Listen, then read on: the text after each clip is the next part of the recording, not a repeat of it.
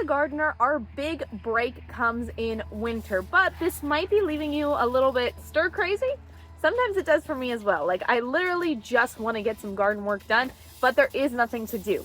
Well, here are a few ideas to keep you busy over the winter season and productive, and things that'll actually help you get ready for spring in your garden. Starting with what you see behind me and this awesome greenhouse. That's right, guys, a greenhouse is a great way to keep busy over the winter and help you prep for spring at the same time.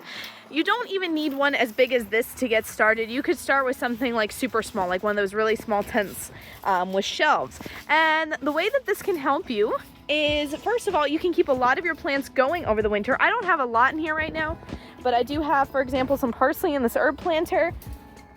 I also started some beans and Swiss chard, and I also plan to use this area, like the shelf here, to start seedlings for spring, like moringa. So you can keep super busy if you have a greenhouse, and a plus side of this, guys, is that when you have the doors closed and it's cool out, it's normally much warmer in here. So you can actually escape the cool weather by working in here sometimes. But not everyone has the space or the budget to afford a greenhouse right now. So here are a couple of other things that you can do in your garden that are actually going to help you get ready for spring. The second thing that y'all can do to prepare for spring is either amend your beds, fill with soil, or both. This is actually a really good time to do this because there's probably not plants in your beds right now, so now's the perfect time to add amendments that can break down for spring.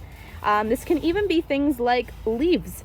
Something that can break down and help feed your soil and prepare for spring. Or some of your beds might need topped off with soil. They might have compacted over the last year or season, and they might need some topping off, and so now is the perfect time to do that. Normally around this time we amend our beds with cow manure and top off soil where needed, especially in beds where we don't have anything growing. And last but not least is work on your weed barrier. So this can mean a lot of different things. It can be doing like this cardboard and mulching. Now is a good time to do this. The grass isn't growing a lot of times, and in a lot of areas the grass is actually dead, which makes this even better. So you can go ahead and start suppressing it before it even starts to come up in spring.